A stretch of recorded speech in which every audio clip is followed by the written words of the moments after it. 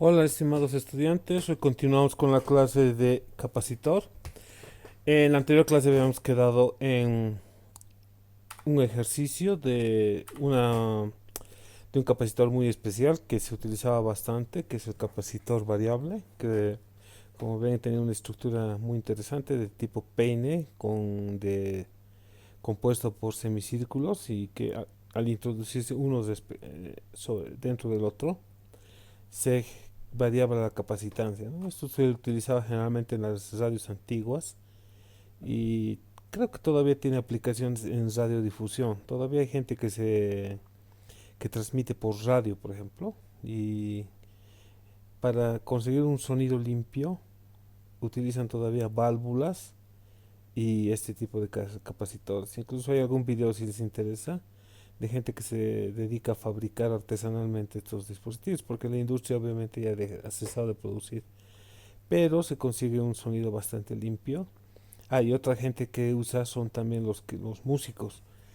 Los músicos buscan también un sonido limpio y utilizan todavía válvulas y capacitores de este estilo. ¿Ya? Ahora vamos a hacer otra geometría. Hoy vamos a ver capacitor del tipo cilíndrico, ¿ya? Que como su nombre lo indica es un cilindro dentro de otro. ¿Ya? Entonces lo que ocurre es de que, por ejemplo, fíjense la figura, tengo un cilindro de radio A y un segundo cilindro que es externo de radio B y tiene una altura común para ambos cilindros de L. Entonces, viéndolo desde arriba, vemos que el campo eléctrico, si las cargas las cargas positivas se aglutinan en el cilindro interno, entonces el campo eléctrico es radial hacia afuera. Entonces va desde adentro hacia afuera, que es donde está la carga negativa. Entonces, para solucionar esto, recurrimos de la misma forma que en el caso anterior a la ley de Gauss.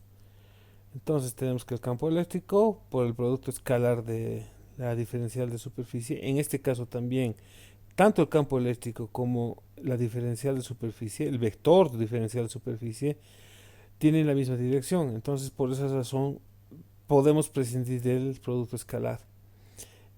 Toda esta integral es igual a la carga que acumula en una de las láminas el capacitor sobre epsilon sub 0. Entonces, aquí abajo está la solución. El campo eléctrico, entonces va a ser la diferencial de superficie. Entonces, ¿cómo podemos salir de eso? Es sencillo. Ya lo habíamos hecho en algún ejemplo. Es 2pi radio.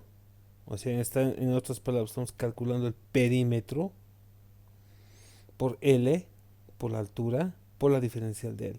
Entonces, en realidad lo que hacemos al integral es hacerlo como si fueran moneditas, una sobre otra. Entonces, que tienen, ni siquiera moneditas, sería anillos. Anillos de la misma dimensión, colocad una sobre otra. Entonces, ustedes colocan el anillo que tiene un perímetro, que es este 2pi r por la altura, que va a ser L por la diferencial de L. Entonces, eh, resolviendo esto, me da este resultado, que el campo eléctrico tiene que ver con Q, epsilon sub 0, este 2pi va a dividir, el radio también y L también. Entonces, aquí hay un error. No debería haber esta L. ¿Por qué? Porque si estoy tomando como si fueran anillitos, este L me diría de que en realidad estoy multiplicando por este L y más una diferencial de L. Entonces no está bien. Entonces lo corregiremos inmediatamente. Entonces este es solo, perdón, solo L. Y ya está.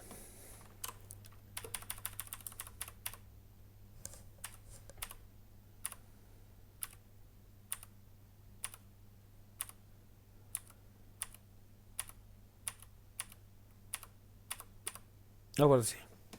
Entonces su solución es el campo eléctrico, carga 2pi r L, ahora sí, porque al integrar de L me va a dar L, epsilon sub 0. Y estoy integrando la superficie. Entonces, como es una geometría cilíndrica, debería utilizar también integrales con las dimensiones cilíndricas, pero en este caso no es necesario porque es una figura conocida. Por otro lado, la diferencia de potencial entre A, o sea, el cilindro interno, y B, el cilindro externo, es igual a E, que es el campo eléctrico por la diferencial de E, y medido desde A hasta B. ¿Ya? Entonces, ese es el potencial. En el anteriores casos no habíamos usado un integral, aunque sí lo habíamos definido, según recuerdo, porque eran de geometrías simples, pero en este caso la geometría es un poco más compleja, no demasiado, pero ya sabemos cuánto es el campo eléctrico. El campo eléctrico tiene esta expresión. Sustituyendo en esta ecuación tenemos que la diferencia de potencial entre A y B va a ser la carga 2pi r, ¿ya? Por L, epsilon sub 0 por R. Entonces esta integral es sencillísima de resolver. Simplemente tengo dr sobre r y las demás componentes son constantes, salen de la integral. Entonces veo que la diferencia de potencial va a ser carga 2pi L epsilon sub 0 por el logaritmo entre y evaluado ya entre B y A, ¿ya? O entre A y B, como quieran ver. Entonces entonces la diferencia de potencial es esta. Ahora, por definición sabemos que la capacitancia es igual a Q sobre diferencia de potencial. Entonces esta es la diferencia de potencial, va a dividir y lo demás va a multiplicar y me da este resultado. Entonces la capacitancia en este tipo de geometrías es la carga por la diferencia de potencial, que es igual a, en este caso, 2pi epsilon sub 0 L por el logaritmo de B sobre A. Ok, creo que estamos capacitados para hacer algún ejemplo. Un capacitor cilíndrico tiene un conductor interno de 1.5 milímetros de radio y uno externo de 3.5. En otras palabras, el cilindro interno es 1.5 y el externo es 3.5. Los dos conductores están separados por vacío. Eso significa de que el dieléctrico, no hay dieléctrico, entonces tenemos que usar la constante F sub 0. Y el capacitor complete 2.8 metros de largo. O sea, es básicamente un cable donde tenemos dos cilindros, uno concéntrico al otro. ¿Cuál es la capacidad? Perdón. ¿Cuál es la capacidad por unidad de longitud? Y me da una variable, ¿no? C sobre L. ¿Ya? Entonces, el potencial del conductor interno es 350 milivolts, mayor que el conductor externo. Determine la carga y en magnitud y signo en ambos conductores. Ok, primero haremos el A, obviamente. ¿Cuál es el capacitor por unidad de longitud? Entonces, tenemos que la capacitancia, volveremos a la pregunta. Es más, a la definición. Este es nuestro resultado. Entonces, la capacitancia es 2pi epsilon sub 0 por L por el logaritmo entre BA. Pero en el primer inciso me pide cuál es la capacidad por unidad de longitud, capacitancia sobre L. Veamos de nuevo la ecuación. Entonces la capacitancia es igual a 2pi epsilon por L. ¿Qué tal si este L lo mando a dividir? Entonces voy a tener capacitancia sobre L, 2pi epsilon sub 0, logaritmo de B sobre A. Entonces tendría ya este valor. Y directamente sustituimos valores. Entonces tengo la capacitancia, otra vez lo he escrito, 2pi epsilon sub 0, este le mando a dividir y simplemente me queda todos estos componentes que están en la solución y sustituye valores. 2pi, no hay nada que hacer, epsilon sub 0 es 8.85 por 10 a la menos 12, logaritmo de, ahora, el radio externo, lo he puesto R sub E, 3.5, y radio interno 1.5. Recuerden ustedes que en todos estos problemas les he recalcado que conservemos las unidades, ¿no? Para el sistema internacional. Pero en este caso estoy poniendo 3.5 y 1.5 que son en milímetros. Lo lógico hubiera sido que debería haberlo transformado a metros. Pero noten ustedes que está dividiendo y son de la misma magnitud. Entonces sería 3.5 milímetros sobre 1.5 milímetros. Milímetro y milímetro me da, y eso me va a dar un resultado adimensional, cuyo resultado es 6.56 por 10 a la menos 11 faradio por metro. Vamos al otro. El potencial del conductor interno es 3.5 milivolts mayor que el del conductor externo. Determina la carga en magnitud y signo en ambos conductores. Me pide la carga, dice. Entonces, ya sabemos que la capacitancia es carga sobre la diferencia de potencial. Entonces, me da la diferencia de potencial. Me dice el potencial del conductor interno es 350 milivoltios mayor que el conductor externo. Entonces, la diferencia de potencial es 350 milivoltios. Entonces, despejando la carga, veo que la carga va a ser capacitor por delta V y va a ser la capacitancia que hemos hallado, 6.56 por 10 a la menos 11, por la diferencia de potencial. ¿Y por qué he puesto este 2.8?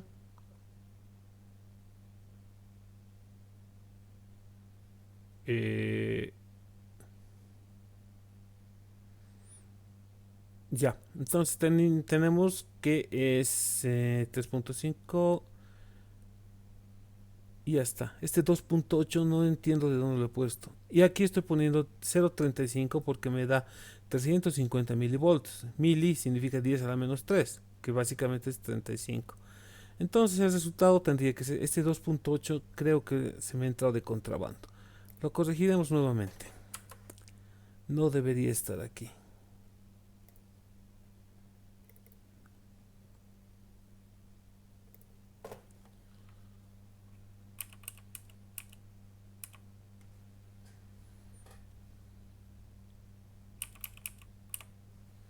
Y ya está.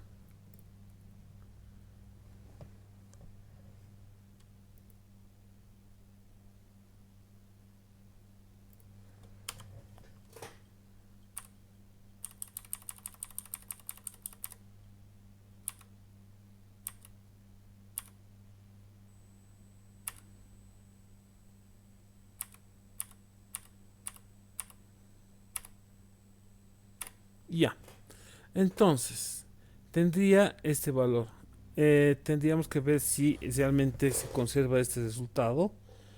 Lo haremos rápidamente. Entonces, aquí tengo a la mano una calculadora y me da que es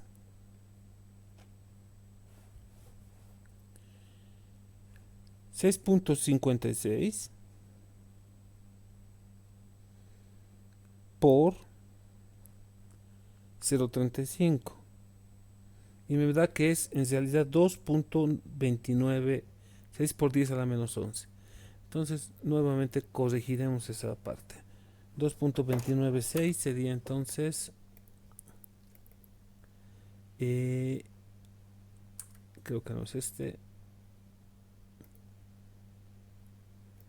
es este.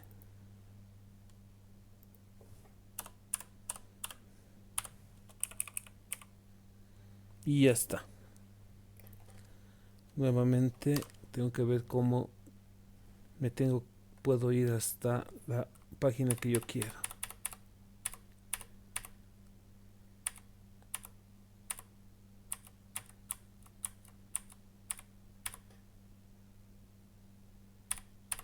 Aquí. Entonces, la carga sería 2.296 por 10 a menos coulombs. Pero me piden también determinar la carga, ya la tenemos, en magnitud y signo en ambos conductores. Entonces, ¿qué significa? Este resultado lo tengo que sacar de aquí. Ya sé que la carga sin signo es 2. O sea, se acumulan cargas 2.29 por 10 a la menos 11 coulombs, tanto en el cilindro interno como en el externo. Pero leamos bien, el potencial interno es 350 milivolts mayor que el conductor externo. Significa de que el conductor interno está a mayor potencial que el conductor externo, eso se nota. Entonces, ¿qué significa eso? Que las cargas en ese son positivas ahí, mucho más positivas, digamos, pues tiene más carga. Y entonces sería que este es el valor que tendría en la carga interna. Digo interna, sí. Vamos a la siguiente ejercicio. Dice, un tramo de 50 metros de cable coaxial. Ese cable que tiene de la televisión por cable tiene un conductor interno con diámetro de 2.58 milímetros que tiene una carga de 8.10 microcoulombs. El conductor que los rodea tiene un diámetro interno de 7.27 milímetros y una carga de menos 8.10 coulombs. ¿Cuál es la capacitancia del cable? ¿Cuál es la diferencia de potencia entre los conductores? Supongo que la región entre los conductores está llena de aire. ¿Ya? En un cable coaxial de televisión por cable, si ustedes alguna vez lo han abierto, es un cable central, generalmente de cobre, y tiene alrededor una especie de espuma blanca, que es básicamente para proteger, y luego tiene un cable que es en realidad una malla. ¿Ya? Fíjense bien, si alguna vez lo abren, y obviamente está recubierto por un caucho negro que es para proteger. Entonces, tiene también las propiedades de proteger el caucho negro, digo la malla, de que haya interferencias de otras ondas que están viajando en el aire. ¿Ya? Entonces, la capacitancia, ya sabemos la ecuación y simplemente es sustituir datos. Entonces puede tener 2pi epsilon sub 0, 2pi 8.85 por 10 a la menos 12, que es epsilon sub 0, sobre el logaritmo de los diámetros o los radios, los diámetros, ¿ya? 7.27 y 2.58 y me da un resultado que es por 50 por la longitud, es 2.68 por 10 a la 9 faradios. Entonces, la capacitancia entonces es 2.68378 por 10 a la menos 9 farads. Aquí le falta el por 10 a la menos 9. Y la diferencia de potencial la sacamos de la definición de la ecuación de la capacitancia. La diferencia de potencial va a multiplicar y la capacitancia va a dividir. Entonces me va a dar que la carga sobre la capacitancia es 8 por 10 a la 6. Ya, la carga que me la dan. A la menos 6, perdón. Sobre la capacitancia que he hallado. Y me va a quedar que es 3022.4 voltios. Es una cantidad interesante, alta que existe en un cable coaxial, ¿no? Ahora veremos esta sección. Ya habíamos hecho un ejemplo, el del condensador variable, donde se aplica que entre lámina y lámina se genera un capacitor independiente, pero como tengo n láminas voy a tener entonces 2n más menos 1 capacitores. Entonces, ¿cómo trato esos 2n capacitores que están lado a lado? Entonces, ese circuito equivale a a capacitores que están en paralelo. ¿Ya? Entonces, cuando tengo capacitores en paralelo, de este estilo, por ejemplo, tengo capacitor 1, capacitor 2, capacitor 3 y no necesariamente tienen el mismo valor. Y en uno de ellos supondremos que todos tienen un distinto valor. Entonces, la capacitancia equivalente, capacitancia sub E, le voy a llamar, tiene esta ecuación. En realidad, yo solamente tengo que sumar las capacitancias individuales del circuito. ¿Ya? Entonces si tengo n capacitores, voy a tener capacitor 1 más capacitor 2 más capacitor n. En cambio, cuando tengo en serie capacitores que están uno al lado del otro, la situación cambia.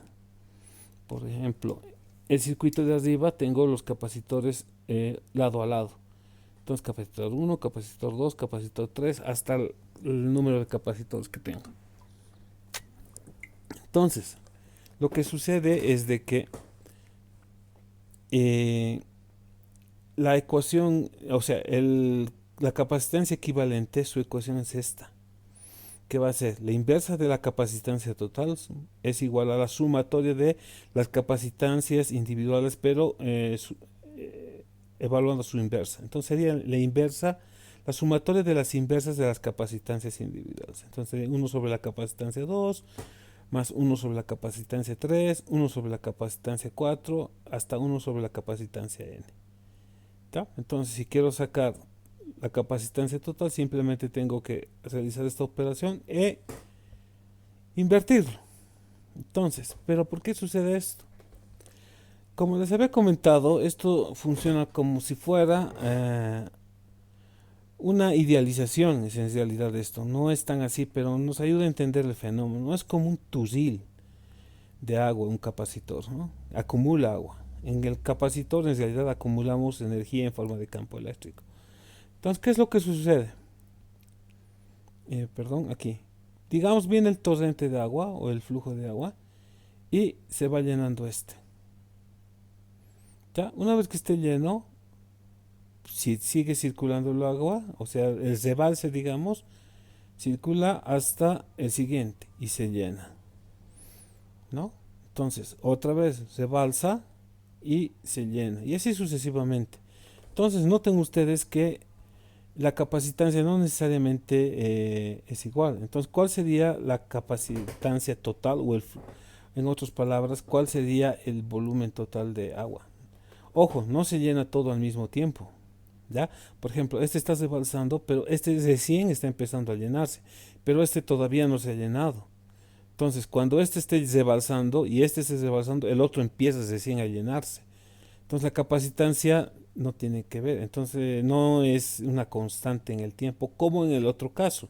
Por ejemplo, aquí, si tuviera el mismo flujo de agua, se divide en varios ramos y se van llenando de acuerdo, no son necesariamente todos los turriles del mismo tamaño, entonces se van llenando de acuerdo a su capacidad, pero de forma paralela. Entonces la capacitancia total es como poner un solo turril de golpe. En este caso equivale a poner en realidad un turril al lado del otro, que es lo que estamos haciendo, y al lado del otro. Entonces se van llenando en cascada. Entonces la capacitancia total evidentemente tiene que ver con la inversa. Entonces, la capacitancia más grande, fíjense, por ejemplo, supondremos que la C sub 3 es la más grande, es el turril más grande. Entonces, como estamos hablando de la inversa, entonces, ¿qué significa? 1 sobre un número grande va a tender a cero. Entonces, su capacitancia es menor. En cambio, si este turrilito, por ejemplo, es chiquitito, digamos, ni siquiera es un turril, es un vaso de agua, entonces 1 sobre un número pequeño es un número grande. Entonces, eh, esa desproporción entre valores me da esta ecuación. Aquí haremos un ejemplo, un par de ejemplos. Esto lo he hecho a mano, otra vez discúlpenme, pero a veces es un poco complicadillo dibujar. Dice, determine la capacitancia equivalente entre los puntos A y B en la combinación de capacitores que se muestra en la figura. Aquí estamos combinando. Entonces, fíjense, tengo un circuito de este tipo. Y noten ustedes que tengo dos capacitores que están en serie. Y veremos qué pasa. Entonces, la solución. Primero, analizamos estos dos capacitores. Lo he marcado con rojo. Entonces, va a ser 7 microfaradios y el otro va a ser 5 microfaradios. Entonces, la capacitancia solamente equivalente de los que están encerrados va a ser 1 sobre la capacitancia, 1 sobre 7 microfaradios más 1 sobre 5 microfaradios y equivale a 35 sobre 12 microfaradios. Obviamente, ya este 1 sobre C, que es la capacitancia de estos dos, ya lo he resuelto. Entonces, este circuito equivale a este, que ya son tres capacitores. Ahora, los analizaremos por separado. Fíjense bien, sí parece complicadillo, pero esto, lo que estoy marcando con el mouse, equivale a esto. Y es obvio, porque fíjense, estos digamos son cables, los puedo estirar. Entonces, si los estiro de una forma que yo pueda entenderlos, se convierte en esto. Y esto simplemente es la sumatoria de los capacitores individuales que tenemos. Entonces la capacitancia total será el de 4 microfaradios más el 3,35 doceavos de microfaradio más 6 microfaradios. Entonces la capacitancia total es de 12,9 microfaradios que se aproxima a 13 microfaradios.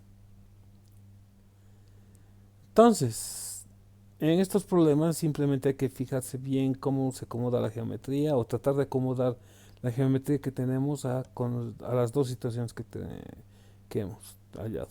Aquí tenemos un poquito más complicado. Halla la capacitancia equivalente del circuito de la figura y la carga sobre el circuito. ¿Ya? Entonces noten ustedes de que ya tengo una diferencia de potencial, o sea, le estoy poniendo un voltaje de 120 voltios a este circuito.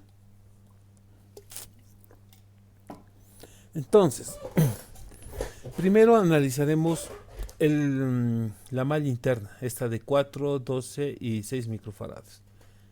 Entonces voy a tener lo que está marcado en rojo, va a ser, noten ustedes que estos dos están en serie, ya sé cómo resolverlos, pero una vez que encuentre su capacitancia de estos dos, veo que se va a convertir en dos capacitores en paralelo, y ya también sé cómo es eso. Entonces fíjense, va a ser lo que está marcado con azul, va a ser la inversa del primero, 1 sobre 12 microfaradios, más la inversa del segundo, 1 sobre 12, 6 microfaradios. Pero lo que está en azul está en paralelo con el de 4. Entonces la capacitancia equivalente de esta mallita va a ser 4 microfaradios más lo que está en azul, 1 sobre 12, 1 sobre 6 microfaradios, que equivale a todito esto a 8 microfaradios. ¿Ya? Entonces, esta malla o este circuito se ha reducido a esto. Tendría entonces 12, 24, 16 y 8. Entonces, note ustedes que toditos se están en serie. Entonces ya sé cómo resolverlo. Simplemente tengo que sumar sus inversas.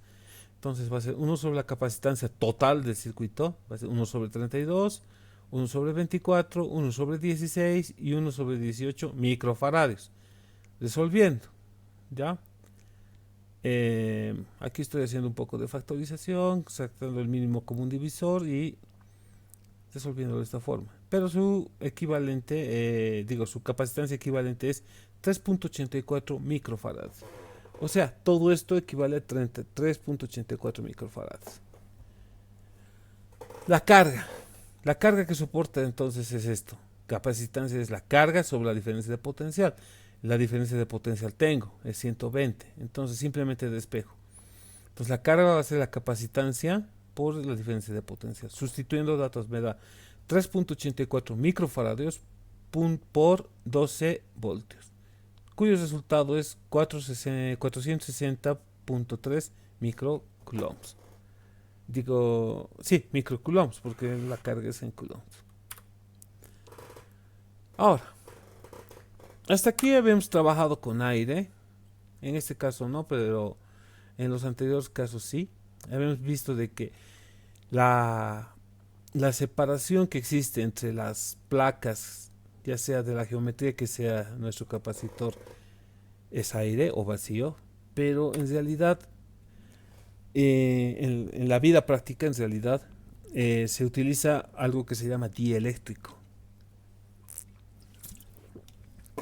Un dieléctrico es un material, creo que lo vimos en anteriores capítulos, que tiene la propiedad de nos conducir la electricidad. Ya lo había explicado por qué.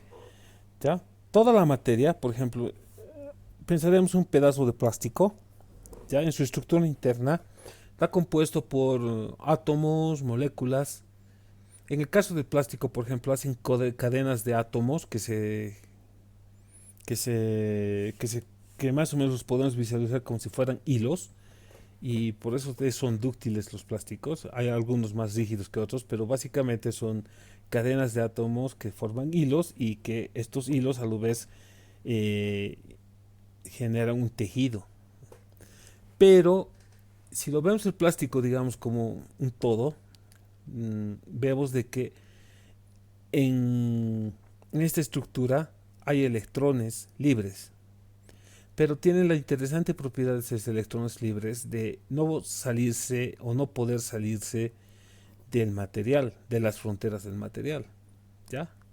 Entonces, lo interesante es de que estos electrones están circulando aleatoriamente dentro del material, pero cuando acercan a la frontera hay una diferencia de potencial o un potencial que hace que se repelan, entonces quedan atrapados, digamos, en la estructura. Ahora, ¿cuál es la diferencia entre un dieléctrico y un material conductor? El número de estos electrones o de las cargas que existen. Entonces, cuando el número de estos electrones es grande y cuando existe una fuerza de potencial o una diferencia potencial, fuerza electromotriz también le llaman, externa bastante grande, entonces empiezan a circular en una dirección, ¿ya? Entonces toditos van en una dirección y lo que pasa es que por esa razón conducen la electricidad o conducen los electrones, ¿ya? Entonces se forma más o menos un río. Es como si fuera, digamos, un lago que está, las moléculas del agua están en el agua, pero no pueden salir de la frontera del lago. Pero si yo de alguna forma le hago una sequía o un... Sí, básicamente es un agujero, empiezan a circular. Esa sería nuestra diferencia de potencial y empezaría entonces el agua a vaciarse. Pero en los materiales generalmente, por ejemplo, cuando uno o dos cables, lo que estoy haciendo es de que los electrones que se están saliendo están entrando por otro lado. Entonces un dieléctrico tiene esa propiedad. No tiene muchos electrones respecto de un conductor. Por eso entonces cuando aplico una diferencia de potencial externa, los electrones que circulan son muy pocos. O entonces, o ninguno, digamos.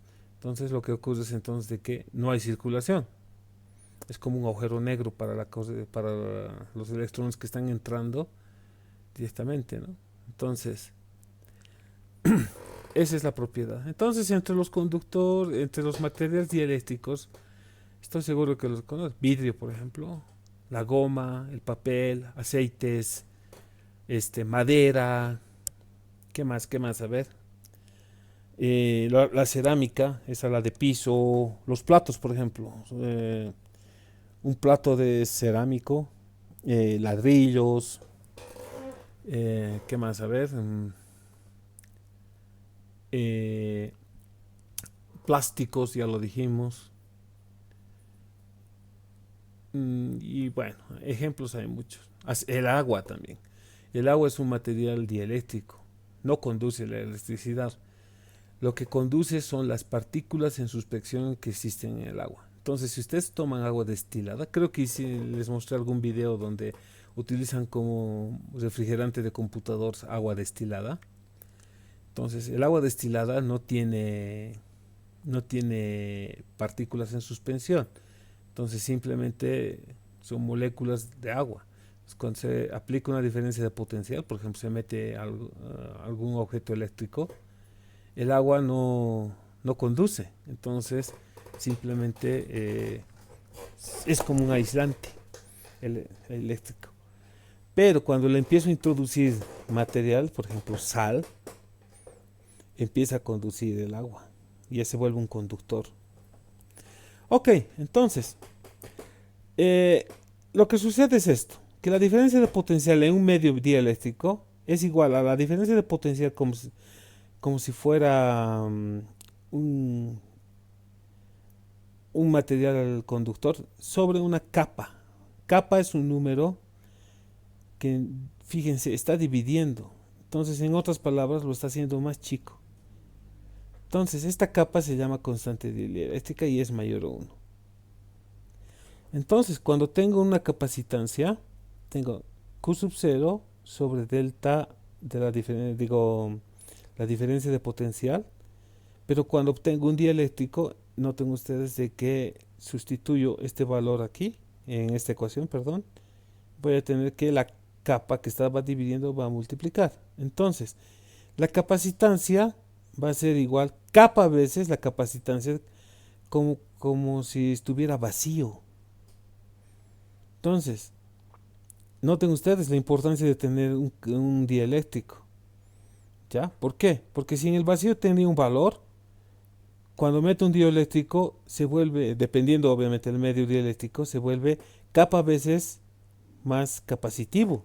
Entonces puedo acumular más energía en forma de campo eléctrico con un adecuado dieléctrico. Y entonces aquí viene toda una tecnología de utilizar materiales dieléctricos, cosa de que esta capa sea lo más grande posible, cosa de que si es más grande va a ser capa veces la capacitancia en caso de que estuviera el vacío o aire.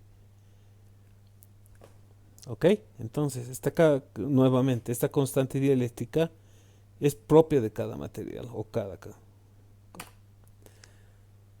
¿Ya? Entonces, vamos a ver otra cosa.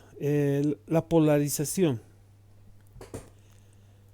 Ok, la polarización, estoy seguro de que han escuchado esta palabra N veces. Y ahora en estos tiempos que estamos viviendo, se utiliza mucho, ¿no? Especialmente la gente que hace política, ¿no? Entonces cuando pasa, por ejemplo, lo que está pasando en los Estados Unidos en las elecciones, de que se ha polarizado el electorado, ¿no? Eso es lo que dicen. Significa de que una, o sea, solo hay dos opciones. O se van con Trump o se van con el señor Biden, creo que se llama, en estos tiempos. Entonces significa que hay dos opciones, o sea, se ha polarizado. Algo así nos pasó aquí, pero bueno, eso es otra cosa. Ahora en física tiene que ver con la dirección de movimiento. Les voy a poner un ejemplo de electromagnetismo. Por ejemplo, la luz que viene del sol, la luz de los focos, ya vibra en todas las direcciones. Estoy poniendo aquí como las flechitas, ¿no? En todas las direcciones posibles. Imaginen que son ondas y la luz es una onda, pero no tiene una dirección preferente, vibra. Pero cuando paso por un polarizador, que básicamente es un plástico transparente que en su estructura interna tiene cadenas de átomos, como les digo, es un plástico, que están alineadas, están como hilos, digamos, pero alineados. Entonces, tiene la propiedad de que solamente deja pasar la luz que está alineada con las dirección de los hilos de los átomos. Entonces, solamente deja pasar esa dirección. ¿Ya? Entonces, aunque no crean, esto se utiliza bastante. Por ejemplo, en los monitores de sus laptops, si las tienen, o un monitor plano o un televisor plano. ¿Ya? Si alguna vez se les daña o tienen acceso a uno dañado, se van a fijar de que tiene una capa interna, externa, digamos, al monitor mismo, que es un plástico. Este es un polarizador. ¿Ya? Entonces, lo que y si acercan ese polarizador a otro monitor y lo hacen girar, van a ver de que se vuelve más oscuro la pantalla. ¿Ya? Eso significa de que la luz que viene de los monitores es polarizada. Entonces, si yo hago girar la dirección con otro polarizador, simplemente estoy no dejando pasar la luz. Entonces, eso es el fenómeno. Es muy interesante y también se utiliza con los lentes de sol, por ejemplo, con que sean polarizados. Y eso sirve para la gente que maneja. ¿Por qué? Por ejemplo, los reflejos son luz polarizada. Entonces, por ejemplo, si estoy caminando, viajando en una carretera y veo al fondo los famosos, ¿cómo se llama esto? Que se ven en los desiertos, no es oasis. Eh,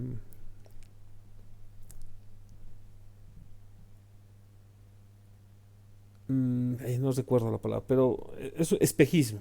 Entonces, Lo que hace la luz, unos lentes con luz polarizada es anular esos reflejos. Entonces yo tengo un mejor visualización de la carretera. Ok, entonces, ¿qué tiene que ver esto con lo que estamos viendo? Entonces, esa es la polarización, ¿ya? La dirección de vibración de la onda. Entonces, la polarización es igual a epsilon, ahorita vamos a ver, a xi, xi sub e, por el campo eléctrico.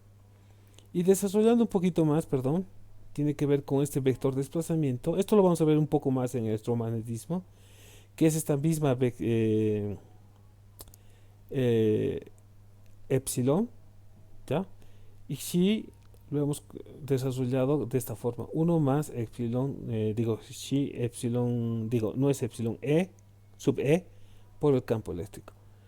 Ok, entonces si este es epsilon, perdón, aquí le faltaba un cerito.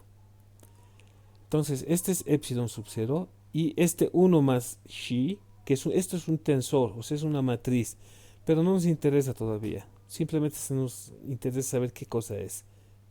Se lo puede definir como un epsilon sub r por e.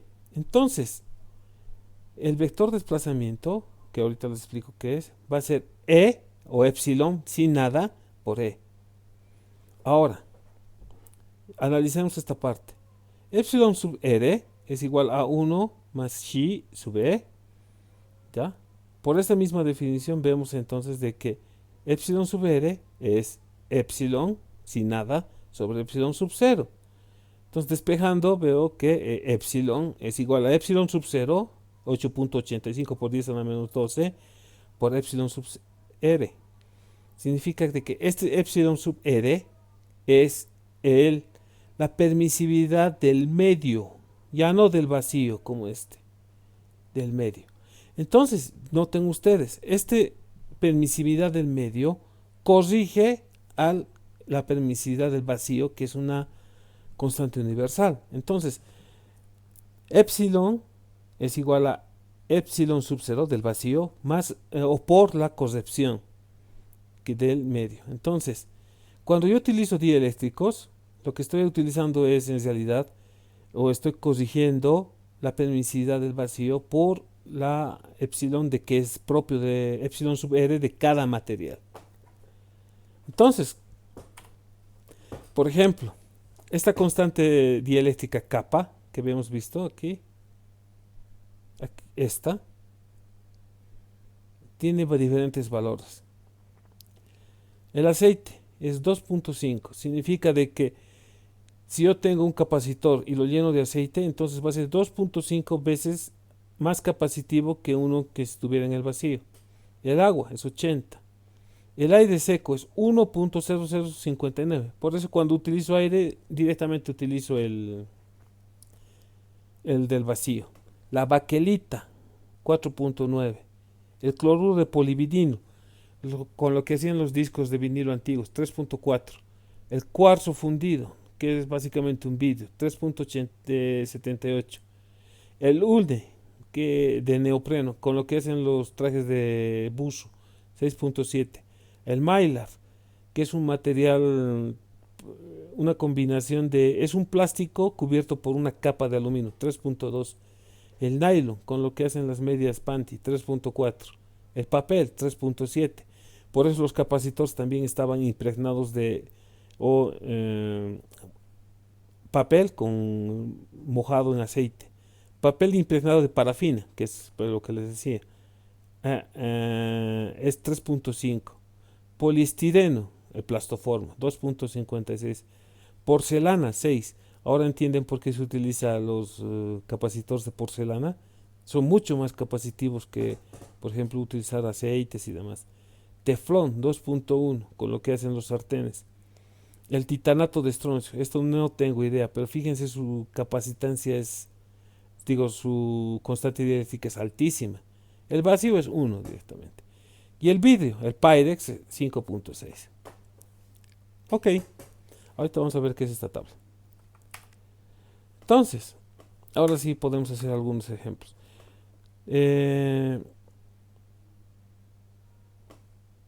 Recuerden ustedes de que Esta constante dialéctrica está relacionada con este epsilon y lo vamos a ver también. Entonces ya saben, cuando utilizo un dieléctrico o algún material, tengo que corregirlo y este factor de corrección es propia de cada elemento. Problema. ¿Cuánta carga se le puede suministrar a un capacitor con aire entre las placas antes de que falle? Significa de que el aire se vuelva conductor. Si el área de cada una de las placas es de 5 centímetros, ¿qué pasaría si determine la carga máxima en el caso de que utilice poliestireno en lugar de aire entre las placas? Ok, en la tabla sacamos el campo eléctrico máximo que soporta el aire antes de la ruptura del material. ¿Ya? Intensidad eléctrica. Entonces, es esta tabla. Leamos el enunciado. Las constantes dieléctricas y resistencias dieléctricas aproximadas de los diversos materiales a temperatura ambiente. Significa que esta tabla es intensidad eléctrica. A dice, la resistencia dieléctrica es igual al campo eléctrico máximo que se puede resistir en un eléctrico sin que se rompa. ¿Ya? Eso significa de que se vuelva conductor, básicamente. Entonces, por ejemplo, del aceite de silicón es 15 por 10 a las 6 voltios sobre metro. Aguanta bastante. Pero hay algunos que no aguantan, hay muy buenos, el teflón, por ejemplo. ¿Ya? El vidrio no tiene. El agua no se tiene o no se sabe. Entonces, sacamos el valor de, del de la intensidad ruptura. Tenemos aire seco. ¿Dónde está? Aire, aire, aire. Es 3 por 10 a las 6 voltios sobre metro. Entonces, de la tabla sacamos el campo eléctrico máximo que soporta el aire antes de la ruptura del material. Entonces, el campo eléctrico máximo es 3 por 10 a las 6 voltios sobre metro. Entonces, el campo eléctrico es... estoy utilizando aquí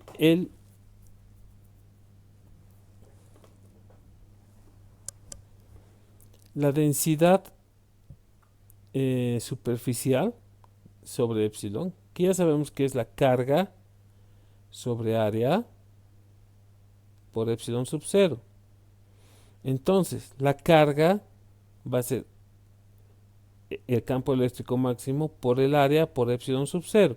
Sustituyendo valores voy a tener que es 3 por 10 a la 6 por 5 centímetros, por 8.85 por 10 a la menos 12. Pero como estoy utilizando centímetros, tengo que corregirlo a metros. Ya, sí, corregir está bien. Y entonces me da que la carga máxima que puede soportar es 1.327 por 10 a la menos 8 coulombs, que equivale a 13.3 nanocoulombs. Para el poliestireno, K o capa en realidad es 2.56. ¿Ya? Entonces, poliestireno, ¿dónde está? Poliestireno, aquí está, 2.56 y aguanta 24 por 10 a la 6 voltios sobre metro antes de romperse. Entonces, la capacitancia va a ser capa porque la capacitancia del que hemos hallado para el aire. Simplemente sustituimos en esa ecuación. Entonces, la carga máxima sobre la diferencia de potencias máxima va a ser la capa por este valor C sub 0 que tenemos por acá. No, todavía no hemos hallado. Ok. Entonces, la carga máxima va a ser de capa C sub 0 por la diferencia de potencial máxima. Sustituyendo valores voy a tener 2.56 de capa, 8.85 de epsilon sub 0 por 10 a la menos 12, 5, ya, por 24 por 10 a la 6, que equivale a la diferencia de potencial máxima, dividido entre D y D. Dividido entre D y multiplicado por D. No se olviden que D es la separación entre las placas. Y me da que es 2.7 por 10 a la menos 7 coulombs. que comparando con el otro valor que en realidad que es 13 nanocoulombs. Entonces en este caso sería 271 nanocoulombs. Noten ustedes que ha aumentado en un 200, casi 10 veces, no, 20 veces. Ahora, haremos otro ejercicio más. Un condensador de placas paralelas de área A se llena con tres materiales dieléctricos de constantes K1, K2 y en realidad debería ser K1, K2 y K3 de grosores D1, D2 y D3 y nos pide que veamos la figura. Calcular la capacitancia, calcular la energía total contenida en el condensador y calcular la energía del campo eléctrico en cada uno de los dieléctricos. Entonces, primero, calcular la capacitancia. Ya, entonces tengo como un sándwich donde tengo las constantes dieléctricas diferentes, K1, K2, K3, y que tienen grosores diferentes también, D1, D2, D3. Entonces voy a tener tres diferencias de potencial, delta V1, delta V2 y delta V3. Entonces la diferencia total va a ser la sumatoria de estas tres diferencias de potencial. Entonces voy a tener la diferencia de potencial total va a ser delta V1 más delta V2 más delta V3. Entonces yo sé que la diferencia de potencial tiene que ver con esta ecuación, que es el campo eléctrico dividido multiplicado por la distancia en realidad. No se olviden que la capacitancia, o digo, el campo eléctrico es la diferencia de potencial dividido entre D. Entonces tengo 3, E1 D1, E2 D2 más E3 por D3. Sabemos que el campo eléctrico es igual a esta ecuación, sigma, que es la densidad superficial de carga, dividido entre epsilon por kappa. ¿Ya? Sustituyendo, entonces voy a tener entonces sigma K1 D1, sigma K2 D2, sigma K3 D3, todos por epsilon sub 0. Factorizando, el sigma es constante porque la densidad de carga es la misma en los tres sándwich, en las tres partes del sándwich. Y tengo esta ecuación, D1, D2, D1 sobre K1, D2 sobre K3 y D3 sobre K3. Ok, entonces la capacitancia total va a ser la carga total sobre la diferencia de potencial. La diferencia de potencial la tengo. Entonces la carga va a ser, ya sabemos, aquí está, la densidad superficial de carga es sigma por el área de las placas, dividido entre sigma por epsilon sub 0 y tengo la relación que está entre paréntesis.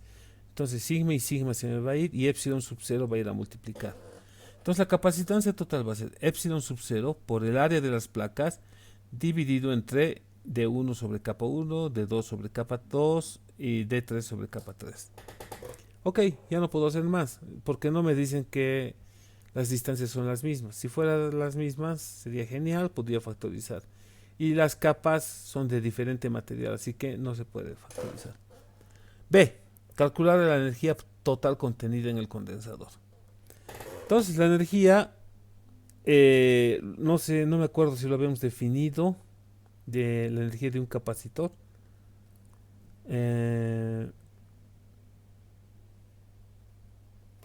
Creo que no lo hemos definido. Entonces, no vale la pena que avancemos más, o sí. Bueno, la energía lo vamos a definir en la siguiente clase, pero se define de esta forma, que es la carga al cuadrado sobre 2 veces la capacitancia. Entonces yo sé que la carga, utilizando la definición de densidad superficial de carga, va a ser sigma por A al cuadrado dividido entre 2C. Entonces, la capacitancia la tengo, que es todo este valor, y sustituyo. Entonces hay que hacer un poco de álgebra y voy a tener que la energía total no es la campo eléctrico, es la energía total es el área por sigma cuadrado 2 epsilon sub 0 por D1 sobre K1 más D2 sobre K2 y D3 sobre K3.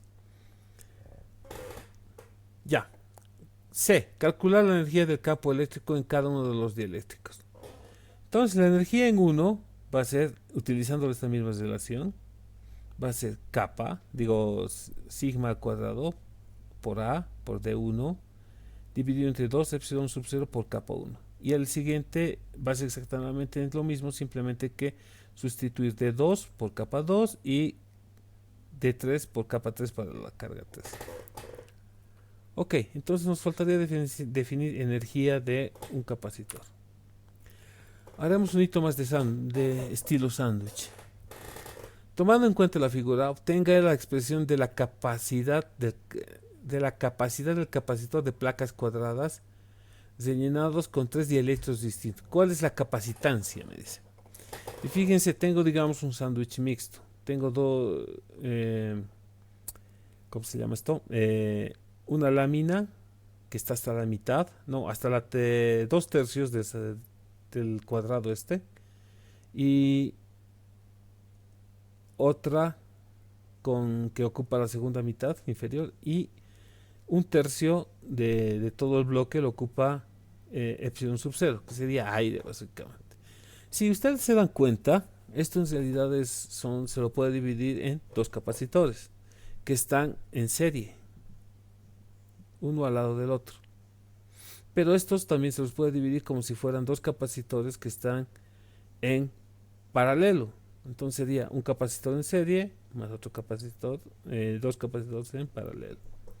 Entonces, analizaremos primero este. Ya tengo las dimensiones, como dice que es cuadrado y uno de los lados es L, pero el otro lado es L tercios. Entonces el área va a ser lado por lado, sería L por L cuadrado dividido entre 3. Entonces la capacitancia 1 ya sabemos que es epsilon sub 0, el área dividido entre la distancia que lo tiene. El área ya sabemos que, como les digo, es L por L tercios.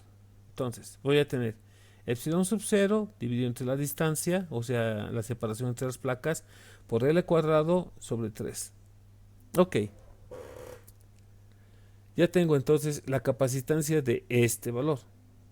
Ahora, vamos a este. Aquí, otra vez atacamos por la diferencia de potencial. Entonces, la diferencia potencial en el sándwich va a ser la diferencia de potencial del primero más la diferencia de potencial del segundo. Entonces, voy a tener que la diferencia potencial es el campo eléctrico 1 por la distancia. En este caso, me dice que es la mitad, entonces sería D medios, más el campo eléctrico del segundo por la distancia, que es D medios. Entonces, la capacitancia es, en este caso la capacitancia 2 sería epsilon sub 0, utilizando la misma definición obviamente, L cuadrado por 2/3. ¿Por qué? Porque va a ser L por esta distancia, que es 2/3 de la longitud total. Entonces voy a tener 2/3 L cuadrado dividido entre la distancia. En realidad la capacitancia es la distancia, que va a ser este valor de medios más de medios dividido entre epsilon 1, que es este, o sea, el factor de corrección que les decía, más epsilon sub 2. Desarrollando veo que es 2/3 epsilon sub 0 por L medios y dividido entre D medios sobre 1 epsilon 1 más 1 sobre epsilon 2. Como les dije, entonces la capacitancia total va a ser de este factor, capacitancia 2 va a ser 4/3 epsilon sub 0 L D sobre las inversas de epsilon 1 más epsilon 2. Ahora, entonces todo este circuito se vuelve de esta forma y simplemente tengo que sumar capacitancia 1 más capacitancia 2. Entonces voy a tener la primera que hemos hallado, epsilon sub 0 L cuadrado sobre 3D más todo este factor, 4/3 epsilon sub 0 de L cuadrado sobre 1 sobre las inversas. Entonces, desarrollando un poco, voy a tener que la capacitancia total es epsilon sub 0 L cuadrado por 3D sobre 1 más 4 dividido entre las inversas de epsilon. Ok, con eso entonces me faltaría definir la energía de un capacitor, pero eso lo hacemos lo siguiente. Bueno, hasta aquí creo que habremos cubierto una buena parte de ejercicios y les voy a mandar una práctica y podemos hacer tal vez una clasecita más de ejercicios de este estilo. Si tienen dudas, no olviden contactarme y hasta aquí la clase.